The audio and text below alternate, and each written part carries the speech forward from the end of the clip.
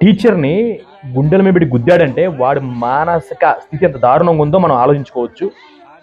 Yes, maybe teacher తప్పు చేసే ఉండొచ్చు, టీచర్ తిట్టే ఉండొచ్చు, కానీ చట్ట ప్రకారం టీచర్నే కాదు ఎవరినైనా కొట్టే అర్హత మనకు లేదు. గవర్నమెంట్లో ఒకసారి ఆలోచించాలి. ఏదో మొక్కుబడిగా ఈ గవర్నమెంట్ స్కూల్ నడిపే బదులు గవర్నమెంట్ స్కూల్ మొత్తం క్లోజ్ చేసి పడేసేయండి. ఎందుకంటే గవర్నమెంట్ స్కూల్కి ప్రతి ఒక్కళ్ళు, ఈ వీడియో చూసేవాళ్ళు ప్రతి ఒక్కళ్ళు కూడా వెళ్ళండి ఒకసారి, సరదాగా రోజుకు ఒక అరగంట పావుగంట వెళ్ళండి. ఎందుకంటే సమాజం బాగుంటే కూడా మన బాధ్యతే.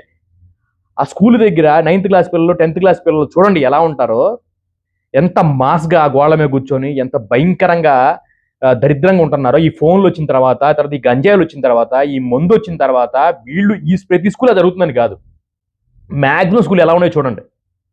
అంటే ఈ గవర్నమెంట్ స్కూళ్ళు మనం ఏదో మొక్కుబడిగా ఓట్ల కోసం నడుపుతుంటే ఏమవుతుందంటే అక్కడ ఒక వ్యవస్థ తయారవుతుంది. అందరూ ఒకసారి జాయిన్ అయ్యి, అందరూ ఒకసారి చేరి గొట్లాట్లు ఎట్ట పోవాలి, గొడవలు ఎట్ట పోవాలా, సినిమాల గురించి ఎలా కొట్టుకోవాలా, రాజకీయాల గురించి ఎలా కొట్టుకోవాలి, గంజా ఎట్ట తాగాలి, సిగరెట్లు ఎట్ట తాగాలి అని చెప్పి ఒక భయంకరమైన అట్మాస్ఫియర్ అక్కడ తయారవుతుంది. దీనికి మనం కారణం కాదా? ప్రభుత్వాల కారణం కాదా? తీసిపడేసిన స్కూల్ లేకపోయినా పర్లేదు, అక్కడ వాడేదో డబ్బులు చదువుకుంటాడు, లేదంటే లేదు. సంవత్సరానికి 20,000 15,000 కట్టి ప్రైవేట్ స్కూల్ కూడా ఉన్నాయి. అంటే సంవత్సరానికి 15,000 అంటే నెలకు 1,000 రూపాయలు 1,100 కట్టుకుంటారు. రోజు కూలికి పోయినా కూడా 1,000 రూపాయలు వస్తున్నాయి.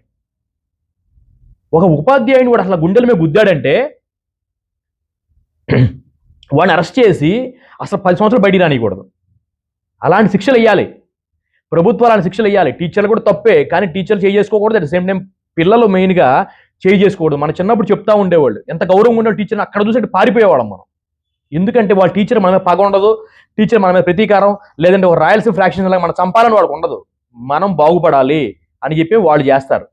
తల్లిదండ్రుల తర్వాత మనం టీచర్ని గౌరవించేది. గురువుని గౌరవించడు, ఎవరిని గౌరవించడు. నీ తప్పు జరిగిందా, గురువు నేను ఇబ్బంది పెట్టాడు, వెళ్ళి మీ నాన్న చెప్పు, లేదు పోలీస్ స్టేషన్ కంప్లైంట్ ఇయ్యి, శిక్ష వేయించు. అలా పెద్ద వయసు ఆయన 60 ఏళ్ళు 70 ఏళ్ళు వయసు ఉన్న ఆయన్ని గుండెల మీద పెట్టి గుద్దితే చచ్చిపోతే ఎన్నాళ్ళు శిక్ష పడింది నీకు?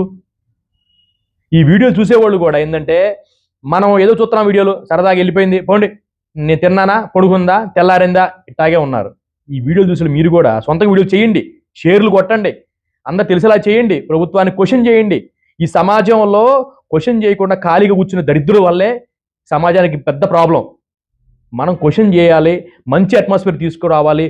దుబాయ్లో ఇట్లాంటి ఏరియాలో చట్టాలు ఉంటాయి చూసారా, భయంకరమైన చట్టాలు. ఎవరు తప్పు చేస్తే వాడు 10 ఏళ్ళు జైలు శిక్ష చట్టాలు రావాలి. ఏమంటారు మీరు? కామెంట్లో పెట్టండి.